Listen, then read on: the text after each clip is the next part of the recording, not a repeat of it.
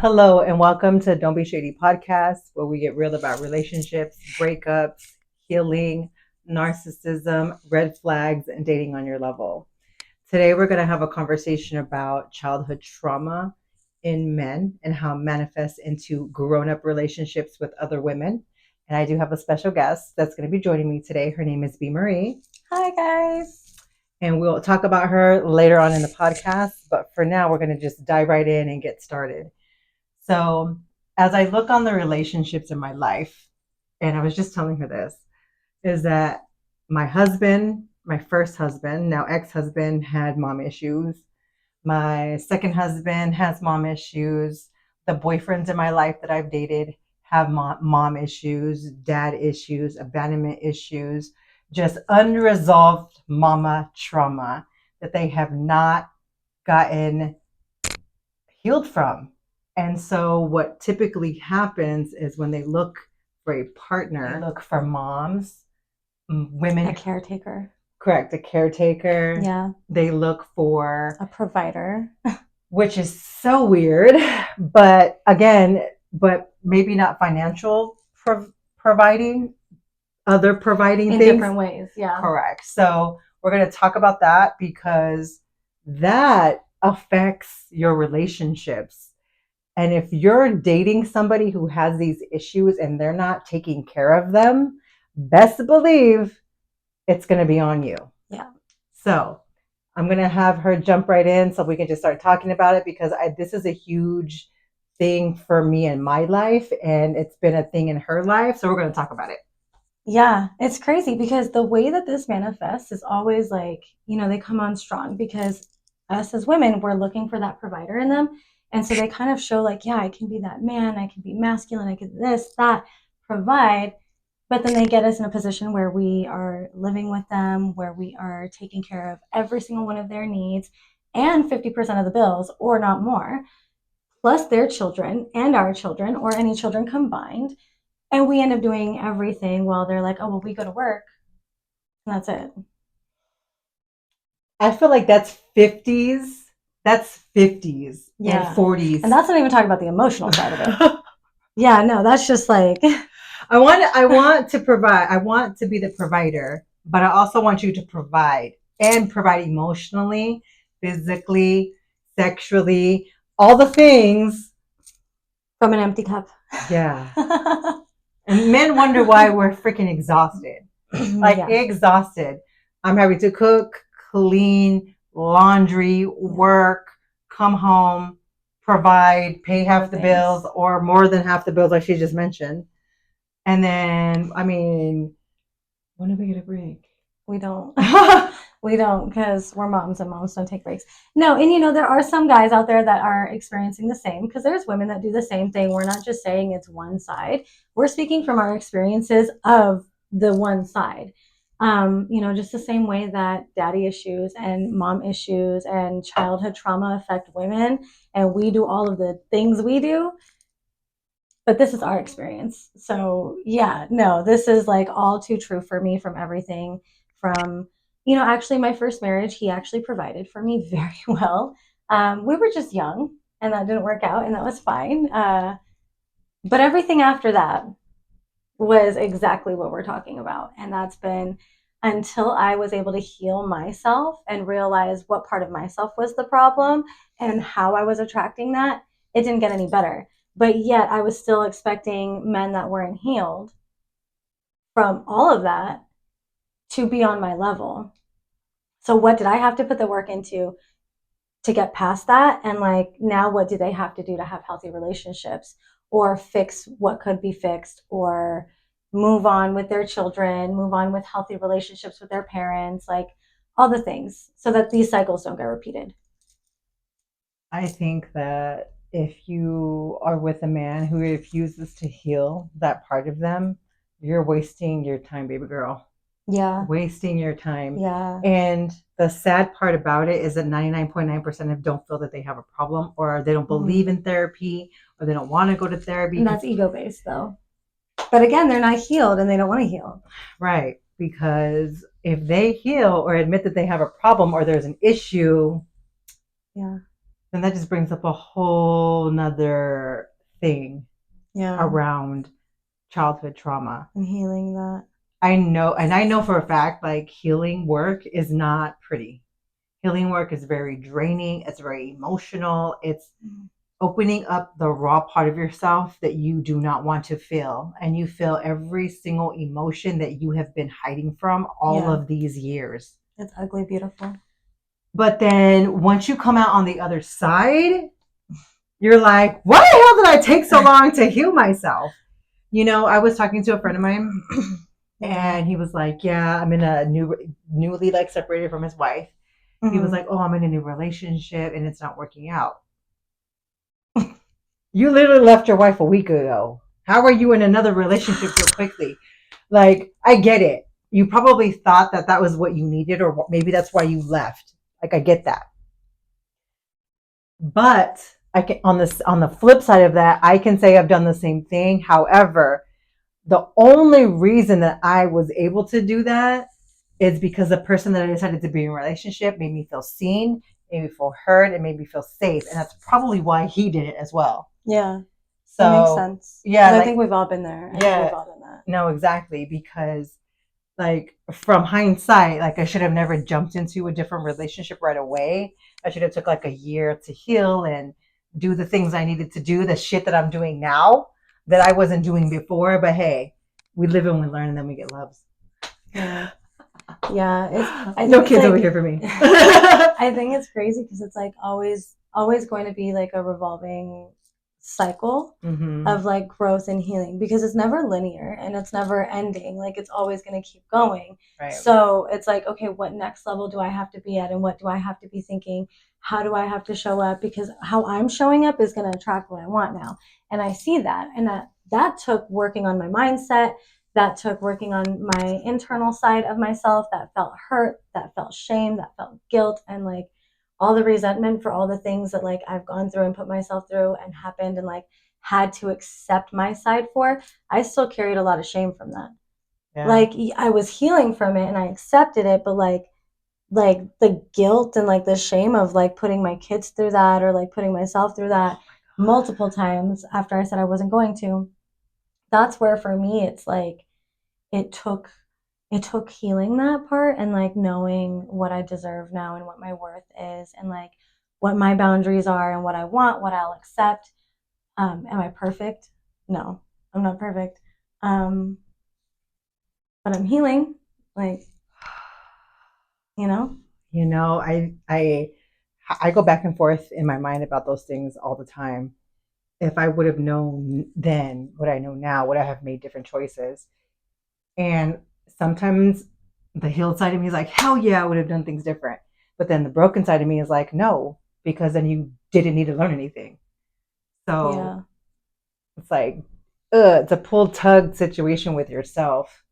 But It's like finding yourself in a way, like figuring out who you are and why you do things that you do. exactly, because when you're in a relationship with somebody who has mom issues, sister issues, brother issues, Or even like ex relationship issues, oh like my God, hurt. People yeah, carry a lot of that. correct. So it's almost like I was bleeding, he was bleeding, and so we're just bleeding on each other, not really Yeah. understanding how to communicate with each other, shutting down, not doing the necessary things. Like hurt people, hurt people. Big Yeah. time, yeah. And it's funny because like the thing is though, like I see that at least in my experience, like the guys that I dated that held on to their past and like really, really made me feel like the wound that they had because it carried over and was bleeding.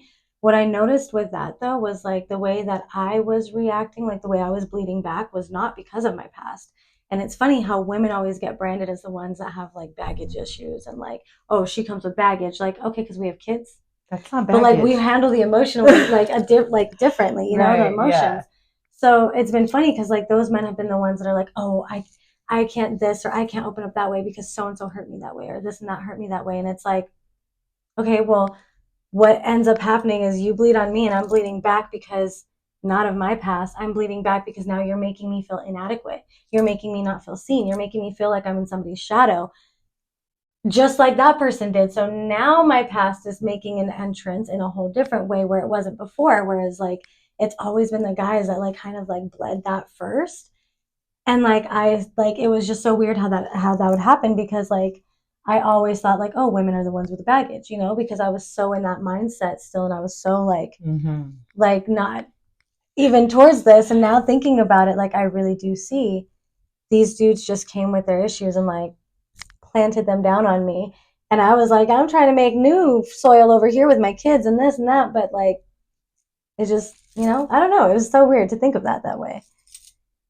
I mean, hurt people hurt people. Yeah. It's the most clichéist, correct saying you could ever say, but it's the truth. Yeah.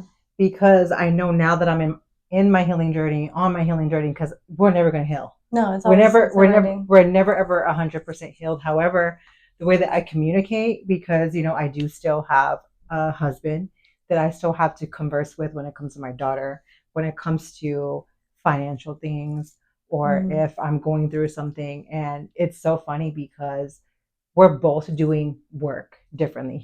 Because he understands what I'm asking of him as a person and as a human being. Yeah. Like, look, it's almost like this. I understand that you and me don't work, but I want you to get the help that you need for when you move on to the next person. Yeah. It can work with you and that person. So you need to heal your mama issues and your daddy issues and your grandma issues and whatever other issues that you have, so that we can have a better relationship with just simple communication. Yeah. Because think about it like this: if you were a child and your mom beat you because you had a different opinion, or if your mom ignored you because you had a different opinion, or as a child you couldn't talk back because you would get your ass beat for having an opinion, or if they went in your room and destroyed your things because you guys are having a conflict. I get that that's your authoritarian figure. There's really not much you can do. However, what happens is when you're in a dynamic and a relationship and we're arguing, you completely shut down and you ignore me for days. You're right? Gonna do what you learned as a child. Correct. So you're going to ignore me for days. You're going to, destroy my things because you're mad because your mom did that to you. Let's see. What else has been done to me? Silent treatment. That withholding love. Right. Withholding love and affection. Yeah. What? So because we're having differences of opinion in this relationship, you're withholding all of these things as punishment, not realizing that's emotional abuse. Okay. When they do it financially too, because some people do it financially. Oh, yeah. Or they'll do like the whole, like trying to embarrass you in front of other people to put you down, but like still seem like, they're all great. Like that's their way of punishing you for something earlier that you made them feel. Yeah. It's wild. And I know that these are functioning, high functioning men, adult men. Yeah. Jobs, businesses, careers. Some of them are CEOs, CFOs. Was it COO? COO. CO, like all the things, and they're in these positions, and they're charismatic. They have great communication skills in public. It's like the outer appearance though, because that's like the mask. That's the mask that they wear for everybody else, and then it's like at home, it's totally different because they know you're not going to go nowhere. They know that you love them, and for us, we're going to keep doing what we're doing to try to make it work because we have not healed and done our own inner work to realize that that is not okay, and we deserve more. Right, because when we're not healed and we're with somebody in that space, we feel like we're matching it. We feel like we're not worthy. Absolutely not worthy. And somebody who's confident and who is like a boss, then you go home and you take off that mask, and then you're like this person who is like in a cage or locked up, but you're locked up in here. Yeah. It's like the craziest and weirdest dynamic ever. I have never in my life realized the impact that mothers and fathers and childhood bullshit brings into adultness. because you think like, oh, I'm an adult, I'm gonna get over it. But you don't. You carry those wounds, and then like you either put them in your children or you carry them in yourself, and then that causes dis-ease, diseases. You get sick, you have issues. Like it causes all these things, and then you're putting that into your children. You're giving them the same dynamic that you were given because it's all that you know. So like that's where breaking those generational cycles come in, because like honestly, even things that I didn't realize that like really, really hurt me as a kid and like traumatized me as a kid, even if it wasn't done directly to me, even if I like watched it with my mom or my Right. brother or like, you know, things. What's the saying? Our parents do as I say, not as Not I as I do. do, yeah, no. It's a complete opposite. Yeah, no, Because I'm really. sure you've seen your parents argue and fight. Yeah, and get crazy and do things, and you know, and like at the end of the day, that does make a difference. Like it puts something into our head, and like we mimic that type of love. Like as boys growing up, in the first few years of life, they seek their mother to teach them how to love, how to feel emotion, how to process that feminine side of themselves, which is funny because girls actually seek that out from dads at a certain point of their life, where they're seeking out the independence, the curiosity, the want to like, you know, like be that tomboy, be that daddy's girl, like not necessarily a tomboy, not everybody, but that's where that toughness comes from, and every girl goes through that. And it's like that's those crucial years that teach us how to love the opposite person in our life, our partner.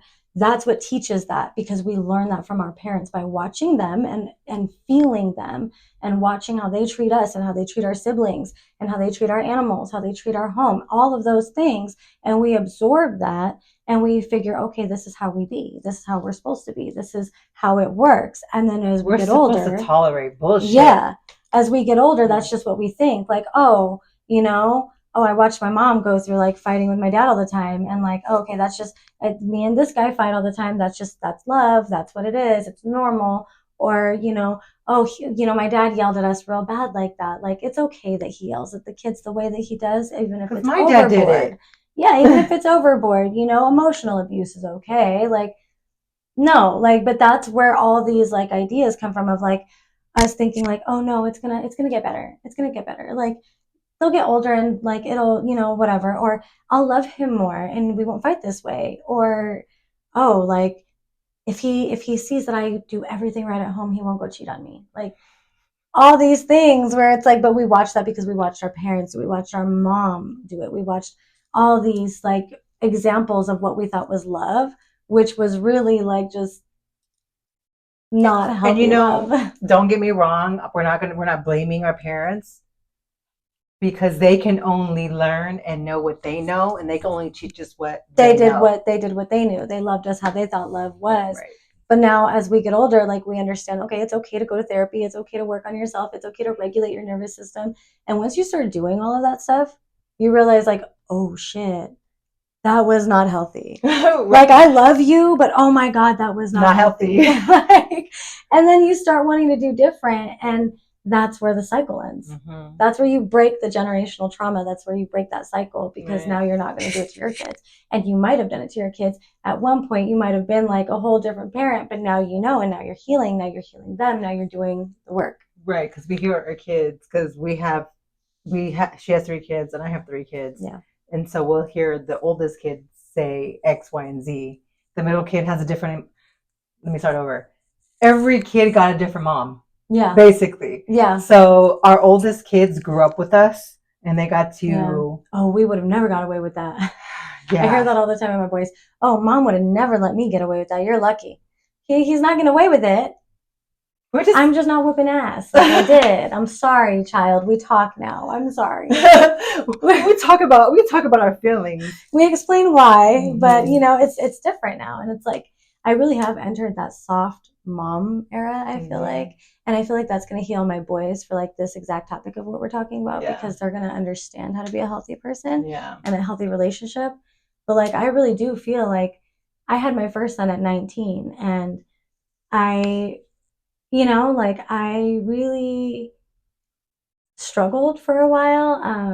It was like I was a welfare mom for so long, a welfare and a student loan aid mom, whatever you call it. Like I lived off my student loan money, and I went to school and I worked, you know, as a waitress but I didn't really do much. I struggled a lot, and I didn't understand life. I didn't work on myself or my mindset.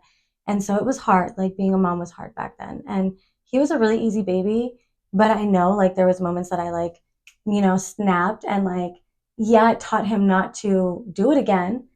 But like at the same time, that was like an emotional scar I put on my child. And now as a teenager, because I do parent my middle and my youngest like very differently, I'm like definitely in my soft momhood, which started with my middle. And now with my youngest, it's like full on like soft mom compared to what I was. And the reason why you're able to do that is because you I did the healed. work. I healed. I did She the work. did the work. Oh my God. Work. Listen, I laugh when people are like, "Oh, you're doing Yeah. that therapy thing." Like The breathing, the the tapping. oh wait. Are you meditating?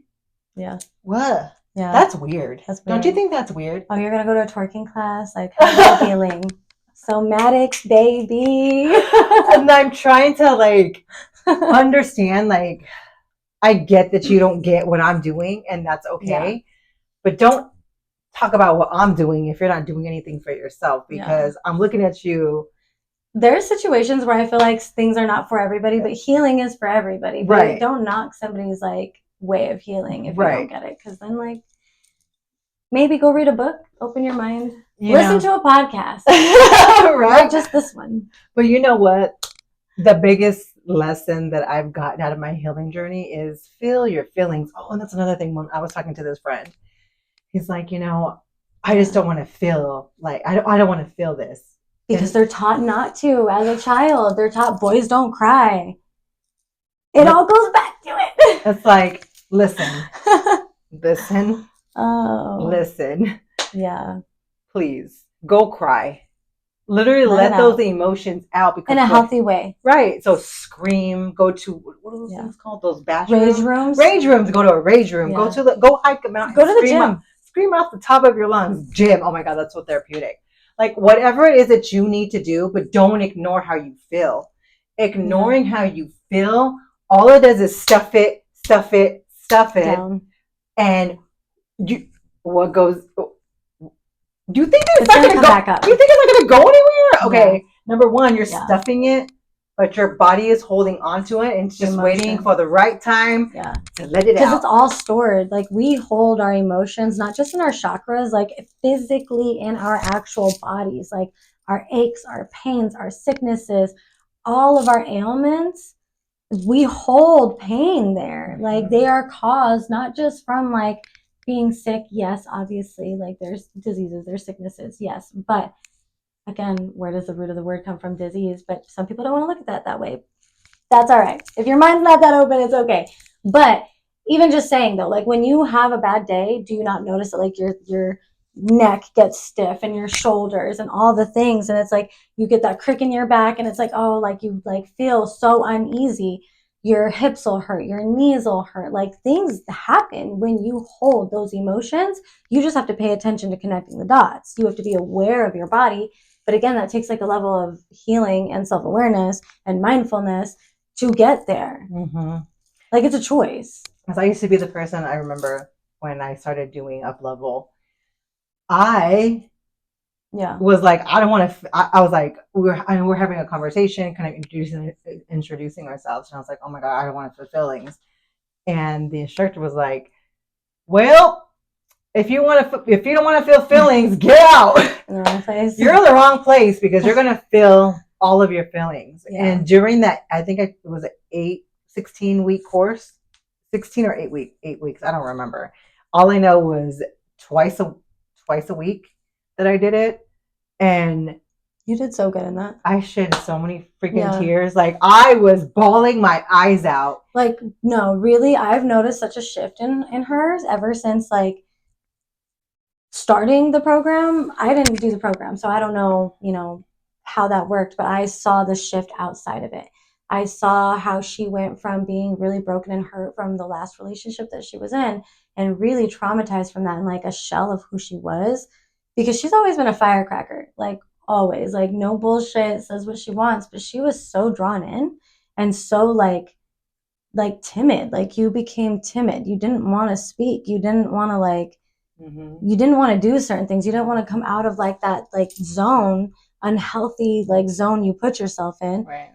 And it took you realizing that you put yourself there with a man that was never going to reciprocate what you had. And it took you feeling that hurt and feeling the hurt from the ones before and feeling the hurt from everything else. And I watched you literally like, you guys, like she fucking came out of that and she's like, let's get the LLC. Take me. I want to do this. I'm going to do that. And then she's like, I'm doing the podcast by this date. And then boom. Like I've been talking to her about things for years that I didn't even move on yet.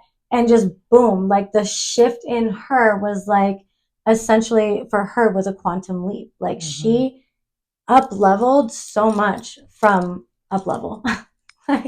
It's the word up level. But during that Yeah. journey, I really had to sit with myself and forgive myself. Yeah. Because like she said, like I was not the same person coming out of that relationship. I was very broken. I was very timid. And anybody who knows me, like I don't hold my tongue. I say whatever I want. But I was with somebody who didn't allow me to be who I was. Oh, I was who I am, I should say. So because they didn't like that part of me, I was like, okay, I won't be that person then. Not realizing that that's who I am. Like, if you don't like it, well, I'll go be with somebody who doesn't talk. I don't know, who doesn't have an opinion, who doesn't challenge you, who doesn't. I don't know if that's. I don't know if that's. Yeah. If that's what you want, I guess you can. I can't be that person, obviously. Yeah. So, and again, I'm okay with that. I'm okay with that, but trying to be somebody that you're not is not healthy.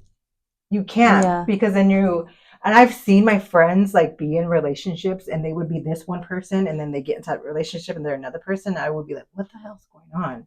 Yeah. Because I've never been in their shoes, so I didn't understand it. I didn't understand how you could just do a whole 380, 360 type of thing. Like I didn't understand that. I think that also goes like because that's also like an unhealed thing in like the women as your friends too, because like that was coming from their side of not wanting to be abandoned and not wanting to be left, you know. So it's like conforming to like what you think your man wants.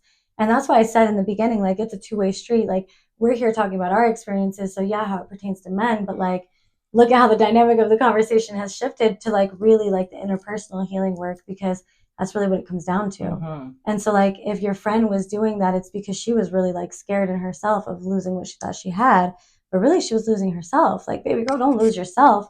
That is truly what you have. That part. And that's all you have. Because I think for me, I was just coming out of a marriage that was broken beyond repair from my perspective. You know, whenever you have a conversation with someone, you're like, you know, X, Y, and Z is not happening. I'm unhappy. Yeah. And for 2 years that went on. And we lived in the same house, but we lived in separate bedrooms. I literally had my own bedroom in my own house in a marriage. I was freaking miserable. I've actually had conversations though with my best friend about this where we were like, okay, going forward, would I want my own bedroom? Like, yes. Like, you know, like I do. No, but I want that, but in a healthy way. Right. Like I want to be like, okay, you have your bedroom and that's like your man area, and I have my bedroom and that's like my woman area. But let's do sleepovers in your room and let's make it cute. Let's do sleepovers in my room and let's make it cute.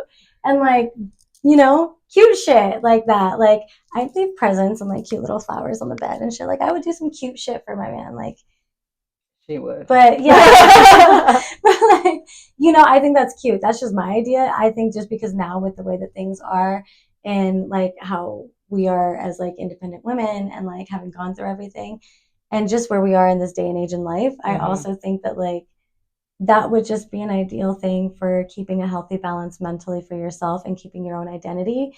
And I think that we lose a lot of that between relationships and social media and parenting. And it's just like, for me, that would be something that seems like a healthy fix to that. Like, I don't know. I think that's cool. Well, when you do it, you let me know. So when that happened, I got a U-Haul. Like, I was so done in that relationship. Yeah. I literally got an apartment without looking at it. It was nice. It was. I never looked at it. I just looked online. The girl was like, oh, they're doing a month free. No deposit. Okay. That was your sign. Like everything just aligned for you. Let me tell you something. I told the universe, look, I'm ready to go. I don't have the money to move. Figure it out. Bro, it's like the freaking floodgates. The Jesus, when he walked through water and he moved. Because you had that emotion behind it. Right. Like, dude, you literally were so there. the path of it, like literally open a path, moved out of the way. All of a sudden I'm in this apartment that I never even seen. I love it. It was wild. That in itself is some crazy manifestation because you were really, really in the emotion. Yeah. I was crying. I was like, please, universe. I don't know how I'm going to do it. I don't know what I'm going to do, but we need to figure it out. You need to get me out of this house. Yeah. Like 30 days later, I was out that house. Yeah. It was wild. And then like everything since then has been crazy. Right. And like really up leveling for you at the same time. Right. A lot of hurt. No, for sure. And I think that when I moved into that other relationship, and the reason why I stayed in it so long is because I didn't want to fail again. So what did you notice in that relationship that was like his unhealed trauma? And like how did that cause issues for you? And like what did that do for you guys in terms of like creating the dynamic of where you guys like eventually just like didn't work for yourselves, like for your own sanity, for your own sake? Well, the silent treatment. Yeah. The what is it the withholding love. Mm-hmm. The emotional. I feel like the control with food. Control, yeah, absolutely control. The food control for sure. But that was also like a play on your self-image. I also felt like I felt like he was trying to control for all the work you did to lose the weight. Mm-hmm. I feel like that was his way of trying to like control you and like put you down. Without doing it directly. Yes. Yeah, very indirectly. A lot of things were very indirectly done. And I didn't understand that because I've always been very dominant in the relationships that I've carried. So moving from a very dominant relationship to where I was not in control, was very different for me. But because I felt safe, I was okay with submitting because it was just because you felt safe in your own different ways. Like he brought that out of you in a whole different way. Right, correct. So I had never experienced if you had ever like let's talk 3 years prior. Yeah. If you had ever like, oh, I think we maybe have talked about it, like submitting and being like that. I'm like, hell nah. Yeah. That will never happen. Never say never, baby girl. Yeah. Because what you say you won't do is gonna happen. So, submitting is completely fine. I think you also thought you found like the right man though. Because he didn't show all of those like wounded childhood trauma issues until well after. Right. And that was the thing. Like I think he played that game for you because the way that he showed up for you and the way that he showed up as a person and the mask that he wears for the entire public, I think really made you think like, oh wow. But that is like a true narcissist. Like that is like literally like they reel you in. So I think that's what happened. And then you just love bombing. Yeah.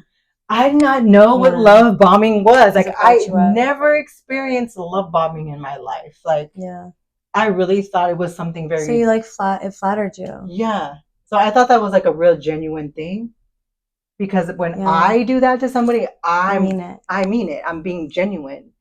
I didn't realize that there were actually people who do that as like to get you. It's not real. Yeah. Like it's not like manipulation. Yes. Oh man, the manipulation. Let me just say, like, I've learned a lot in these streets, okay? Because being in a relationship for 13 years, I didn't understand what any of those things were because I was with somebody for 13 years. Like, I wasn't in the streets. I wasn't out dating people. I wasn't out discovering. Like, I didn't understand. You were just being like wifey and mom. Right. So I didn't understand that. So moving into a different relationship, it's almost like I was giving him the playbook of how to mistreat me. Yeah. Because he knew that. Isn't that horrible? He knew everything I'd been through and did it to me 10 times worse. Yeah, I feel like that's another thing that like every woman does, because I know I did it, especially with my ex, my daughter's dad. Like I thought we've known each other our whole life pretty much, and like we were best friends for a minute. So like, confiding in him and like doing all that. I was really like, I did that as friends before we even dated. Right. And then it's like when we started dating, I'm like, what the hell? Like, how are you doing everything that you were like, oh, fuck that guy or that guy this I would or never that do guy that to you. I would That's never. messed up. Yeah, and then it's like you're doing it. You're doing it. The same shit. Worse. I don't know. But that's a whole different thing. We're not going there. We're not going there. We'll talk about that another time. Yeah. We're good. We're good. We co-parent well. We're friends. They do. That's and that's another thing. We're friends. That's another thing. Like if you're in a relationship with somebody and he's grown. He's doing therapy. Oh, he's doing grown man shit. Okay. Yeah. Okay. We can say high five to that. But if you're in a relationship and you have children and then you bring somebody in that doesn't have children. That was how I think that's also where with you, with your ex, your most recent ex, it's like he didn't have children. Right. And so like coming into a dynamic and trying to be the man that you needed him to be, like he was able to put that face on. But then like it came at the expense of like trying to be overly controlling or like overly that way. And was it like because he didn't get that love or because he felt like in order to be the man, he had to be that much harder? Like, I wonder where that dynamic came from. So a lot of times what would happen? Yeah. Well, my mom didn't let me see my dad. Why are you letting her see him? Yeah. That's her dad. Like, whatever issues we have as adults has nothing to do with my child. And if you are a woman who withholds, I will never understand that. Yeah, like, that's bad mama. That's like you're being a bad mom. That's awful. Like I've never been that person because I've seen women play that game. I've had restraining orders on 2 of my baby daddies and still let them see their child because it's not the child's fault. Right. Our kids as long as the kids are safe. Yeah. Our kids are not pawn pieces. They're children with real emotions and real connections to their parent. And these cause a lot of the issues that we're talking about even now because it's like that causes childhood scars and trauma. Oh my God! Now that it all goes back to it. Like now that we're having this conversation, no wonder. Because I'm thinking to myself, why would your mom not allow you to see your dad? Like, who cares what they go through? Who cares what their drama is? That's nothing to do with you as a child. You deserve to have that type of relationship with your father. Now, I don't know the dynamic behind you and your father relationship. Yeah. That has nothing to do with me. However, don't stop my child from having a relationship with her father because at one point, I hated him. I couldn't stand him. He made me sick, and I would vent to you and tell you these things. And now you're throwing it back in my face. Well, I thought you hated this man. Why are you talking to him? Yeah. But that's not even the point. It's like, okay, well, that's not our child's fault.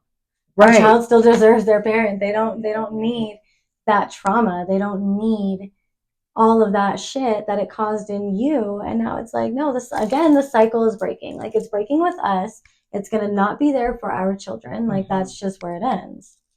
Yeah, my daughter is going to understand how it feels to be loved. Understand that when she does something wrong, there's a reason. Okay. There's a reason why she's getting in trouble. Yeah, that we're going to have those conversations. And if she gets spanked, she's going to get spanked. But there's going to be a conversation as to why. Not just doing it because I think for me, I always say like I'm raising kids that are going to know that therapy is okay if they want it and feel they need that. But I'm not raising children that are going to just outright need therapy. I'm raising emotionally regulated children. I'm raising children that have a nervous system that is regulated. I'm raising children that know how to communicate healthy and have boundaries and all these things. And it's like, okay, if they ever so wanted to, they will know therapy is still healthy and okay. And if they need it, go ahead. But they're not going to need therapy from me being their mom. And that's the difference. Cha-ching. Cha-ching. No, I love that because the stigmatism around mental health they're coming around, but there's still so much more work to do. Yeah, especially for men. And I think that's also why men carry these issues into the relationships that they do because it is taboo for men to talk about their mental health. And I talk to a lot of like my guy friends about this. One in particular, he's a business owner. He treats his kids very well. He treats his baby mama really well. I get it. That's a good man. But he even so much talks to me about how men don't have outlets. Men don't have avenues the way that women do and the way that, children do. Yeah, as children they do, but when you're a grown ass man and you have the responsibilities you have to do this, you have to do that. A lot of times you do get looked at like being weak or like being, like not able to handle things if you can't just stuff the emotions down and just deal with it. But like, why is that? Because that's not healthy. And like, men need to know that it's okay to reach out for that help and that it's okay to talk about it because, like she said, feeling your emotions is so important and dealing with them is even more important. And knowing how to transmute them into something else is literally the bigger picture. Absolutely. Because when I had a conversation with my friend, he was telling me how he thought he was telling me how he was feeling, when in all actuality he was telling me what his brain was telling him. Because I don't think that we realize that we are very driven and regulated by our brains. Our brains are not supposed to be first. They're supposed to be second and possibly third to our emotions. Have you ever walked somewhere and you kind of feel weird, like the vibe is wrong, or you get this tingly sensation, or something's telling you, like, don't go in there, or something's Yeah. wrong? Those are literally our emotions, our triggers. Like Our we intuition. have like 911 going through our whole body. Yeah. And 99.9% of the time people ignore what their feelings are. I know that I used to be that type of person as well. I would ignore it.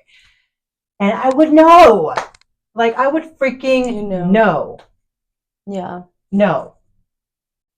See, but I think that also comes back to learning how to like regulate yourself because Mm-hmm. when you learn, like when you do the work, when you do the healing, when you start journaling, like that's such a big part of like when I do journal, I'll write down like, oh, I noticed I felt anxious and like I'll Mm-hmm. talk about it and I'll talk about what my thoughts were. And the thoughts is literally like, I'm like, oh, okay, I had that thought when I woke up and it like just trickled down into this whole thing all day. I really didn't know it was subconscious. A lot of times it is like you don't realize like those limiting thoughts and those like negative thoughts and how it literally trickles down into everything else. And then I'm sitting there like, why couldn't I sit still today? Why did I feel jittery? Like, why do my knees feel weird? I have restless legs, like Mm-hmm. all the things. And really, it's like my anxiety is building, and I'm like having, the heavy chest and the hard breathing, and I have asthma. So then it triggers asthma attacks. And I'm sitting here like, okay, why am I going through all of this today? It was my Mm. mind. It was my mind. Literally. Like it's And just then crazy. sometimes too, like if you didn't know the things Yeah. that you knew, your brain will start to create this narrative around why you're feeling anxious, Yeah. why you can't stop, Yeah. or X, Y, and Z. And then you start to just like, wait, is that real? Is that true? Do I Yeah. really think that? And sometimes we're like, Yeah. no, I don't freaking think that. What the hell's happening? It's funny too, because in like in relationships, especially like when we're in the unhealthy ones and we're already going through so much of that, we like overlook that so much. But like if we're overlooking it as women, like what are the guys overlooking? Right, You know what I mean? Like because they're not even taught to even look at these things because they're taught to ignore it. right. And a lot of guys think like, oh, I'm in pain, like let me shove, Tylenol down, let me do this, let me do that. But at the end of the day, like if you don't have an actual existing underlying problem and you're just like taking Tylenol every day because you have like a neck ache and it's like every day you have a migraine or this and that, what are you suppressing? What are you suppressing that you have to like look inward to and like, yeah, maybe you have a medical condition you got to look into, maybe, but there can also be something that you're suppressing and not wanting to deal with, Mm-hmm. emotions, like unregulated things.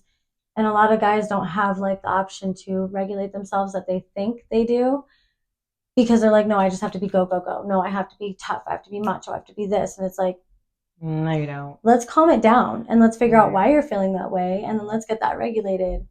And maybe we can actually have communication and clear Mm-hmm. communication and healthy boundaries and all the things to make a healthy relationship. Because if you don't, what's going to happen is you're going to hurt every single woman that you come across. No matter how much they love you, how perfect they are, how great they are for Even if she's you. done healing, we both had done some healing. She Mm-hmm. was more new on her healing journey when she got with the last one. I've gone through multiple relationships, even as I was in my healing journey, years into it, even now, where I'm fairly seasoned in self development. I'm a life coach. I'm a nervous system regulator. I get unregulated. I go through hurt and I still let it happen. Like, you can literally take a good woman and literally crush her because of the way that she loves you and the potential she sees in you, which really is the potential she sees in herself. We're no longer basing our relationships off potential. Okay. No. Either you're there or you're right. But yes, like, so it really takes like that healing to really get to that point to see that. But what I'm saying is, like, you literally can be a man that hurts another woman so much because of you not wanting to be aware of your own stuff and actually do the work and do the healing. And even if your woman is doing the healing, and even if she's done all that, you can still hurt her. But at the end of the day, she's going to eventually still walk away because she's going to choose herself. And same with a healthy man. If you were in that situation with a woman, you're going to do the same thing. There's only so much that you're going to be able to take. Mm-hmm. It all goes back to literally doing the work. Right. And abandonment issues are huge. Like codependency and abandonment issues. Abandonment. I think with the last relationship, I developed a codependency that I didn't realize because I have never in my life been codependent on nobody. Nobody. I always did me. Like, and if we split up, well, I just continued to do me and I didn't care. But with this last situation, it was really great in the beginning until it wasn't. But I did develop a small codependency once the relationship was over. Like, my chest was heavy, I couldn't eat, I couldn't sleep, like my schedule was like off. You were hurting. Yeah, I was a hot ass mess. Like, let's just call it for what it was. I was a hot ass mess. But a lot of other things transpired that I can't talk about right now. I will one day, just not today. That happened. And then, because even then I still was like, I had to tell her a few times, like, no, don't be dumb. Right. Because people would see him and be like, oh, he's so remorseful, he's doing so bad. No, that's the way he wants them to see, because he wants to be the victim. What happened was crazy and there's no way. But yeah, no. I had to a couple times tell her, you are missing. When she would call me and tell me, like, I'm really sad, or she would text me in the morning and be like, I'm really having a heavy day, like, it's really hard for me right now because, like, I miss him. And it was like, no, you miss what you thought it was going to be, and that was never him. Oh, and then we call that romanticizing. Yeah. Everything has some shit somewhere, I don't know. But then when I learned about that, I was like, oh. Yeah. You can romanticize the hell out of somebody and not even realize it. Because when rose-colored glasses. When our brains make up our mind about somebody, it's hard to do it, if that makes sense. Yeah. It's hard to unravel that part of what you need. And that's why I'm glad that I have her. And I have women like her in my circle, because when those times when I want to be impulsive, because I am impulsive. Don't do it. Don't send the text message. Don't. It's like, no. Don't do it. Don't post the story. Don't do none of it. No, it's honestly, it's crazy. Yeah, no. It's just... I'm just glad that I've had her in those moments of weakness. Yeah. Because again, I'm still working on myself. I'm still a work in progress. It is a process. Definitely a process, but I'm a work in progress. Yeah. And sometimes I want to unravel all the things I did and like throw it away, but like, forget about it. Let's go back to that, because it's comfortable. It's normal. It doesn't take work to be whatever I was before. Like, don't take anything. See, but this is cool that, like, especially now with you doing the podcast, because this is you're transmuting it now. Like, you're putting it into something else, and it's going to transcend into something bigger. Like, you're taking the pain, you're taking the hurt, you're taking all of those feelings that you're like, I don't want to deal with, and you're literally talking about them. Yeah. I love that. I think that that's awesome. That's a layer of growth. I don't know. She said, I don't know. That's just my opinion on it.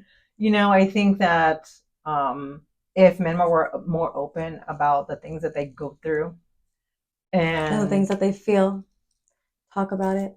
It would help them heal. Absolutely. Because I promise you, if you do not heal whatever has hurt you, again, I'm going to repeat this until you hear it.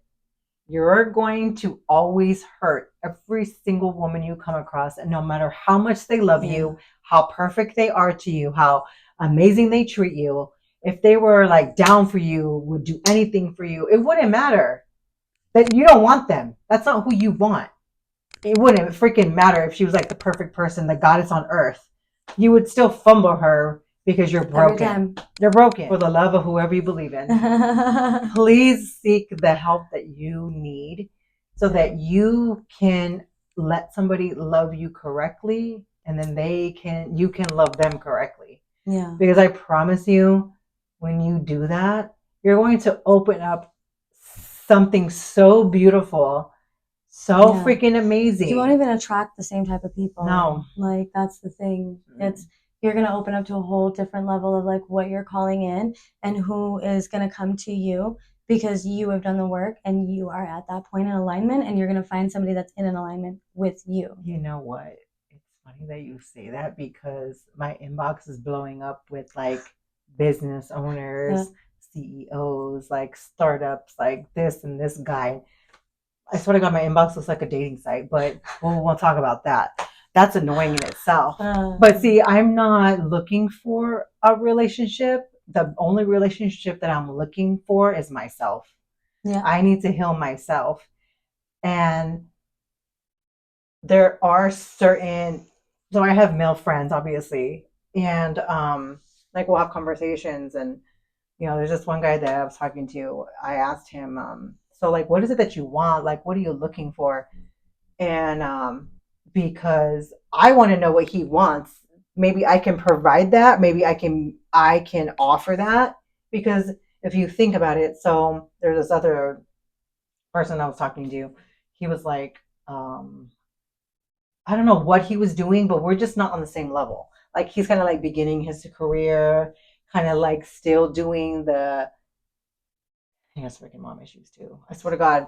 Now I'm having these conversations with her. Like every single man that I come across has mom issues. So that one, I was like, no, hell no. Like, go fix yourself. We'll talk later. I was like, what you're seeking from me, I can't provide to you currently because I'm on my own journey. You're establishing your own boundaries. And that comes with healing. I never had boundaries. Dude, I didn't even know what boundaries were. Like, boundary who? What's that? I didn't even know. And I remember she was telling me, well, don't you have, like, well, what's your boundary? There is none. They can walk over it. They can step over it. They could, now? No. Because you're putting the work. Yeah, no. I didn't really, like I said, I didn't really understand. And it's weird. You think, like, at my age, I would understand what the fuck a boundary was. Yeah. I literally didn't know. Because I've been married, relationship. Like, I've always been in relationships. So I've never really had the time to figure out me. Yeah. So. That was me. And then I had 15 months and then some time even now. But I'm okay with me. Yeah. I'm okay with figuring out what I like. But you're also a relationship person, and that's why you had been in relationships, because I've always been a relationship person too. Like, that's just how we love. But it is so necessary to take the time to like do that for yourself and learn that for yourself. Absolutely. So I want to take a quick minute I want her to talk about herself, and I want her to tell you what she does. I want to shout out Miss B. Marie here. Like, not only is she such a beautiful person, but her son is my cousin. Yeah. So we are related without being related. Yeah. We're cousins. We claim each other. Facts. Yes. Like, she's a beautiful person to claim, and I'm so glad I have her. Yeah. And I want to shout her out and give her all the accolades because she definitely deserves it. And so you take over. I want you to show with them what you do. So I am B. Marie. You could find me on Instagram at Thriving with B. I'll have her put that in there, the comments, or not the comments, but the caption. And so what I do, I am a licensed esthetician here in Arizona, and I'm also a licensed life coach. And I am going to be a soon-to-be certified 6 different times in different modalities for my life coach business. So that's exciting. But what I specialize in is nervous system regulation and mindfulness. Mindfulness being positive mindset for like manifestation and creating the life of your dreams. I help my clients radiate beauty from the inside out So that's where I mix both sides of the aesthetics and the coaching. But really, what I focus on with coaching is the nervous system regulation. So I help my clients find ways of regulating their nervous system, finding ways of balancing themselves internally, and not having like the emotional issues that you have. And also, it helps release baggage as well. So I really just help people find their way and heal through their journeys. And I do beautiful lashes. Hence is why, I've been able to go to her with confidence Yeah. and knowing that if there's something that I need from her, she can always reel me back in. Yeah. Bring me back to reality. Because I think sometimes we live in the fantasy of what was and we don't live in the what is sometimes, because it's really hard to believe, because your mind and your heart do not want to believe that the person that you fell in love with is actually this other person. Yeah. It's Or almost hurting you in the ways that it is. like, ugh, especially when you trusted them, you felt loved by them, seen, and then for them to turn around and just hurt you the way that they do. Mm-hmm. This could be for anybody in your life that you have ever been open about and loved, and they betrayed you in that way. Family, relationships. It's just so hard for your, like I said, your brain and your heart to understand what's going on. It's like it doesn't want to believe it. Like there's no way. Like there's no way. I think that's also like, I mean, that's where it all comes back down to just healing. Mm-hmm. Because at that point, the only thing that you can do, because you can't change the way that that person's going to act or treat you or anything. Right. You can't change that. You can't control that. The only thing you can control is the way that you're perceiving the information and the way that you're acting afterwards and what you choose to accept and not accept. And that all comes from healing. That all comes from finding your self-worth, finding your boundaries, finding all of those things. And that's why having like a mix of people, like she said, is important in your life, because sometimes you can't do that alone. It takes a village. It might take one person to break you, but it takes a whole village to help you heal again. Oh yeah. 100%. So thank you guys so much for tuning in today. It's been a wonderful conversation. I loved it. I had a lot of fun. Me too. So we'll have to do it again. So if you're not following me, make sure you hit that subscribe button. Make sure you hit that follow. I will post my links in the suggestion box. I'm just kidding. I will post my links down in the caption so you guys can follow me on all platforms. Again, thank you so much for tuning in. And this is our episode of Healing the Child Within. Yeah. Thanks so much. You have an awesome day. Bye. Bye, guys.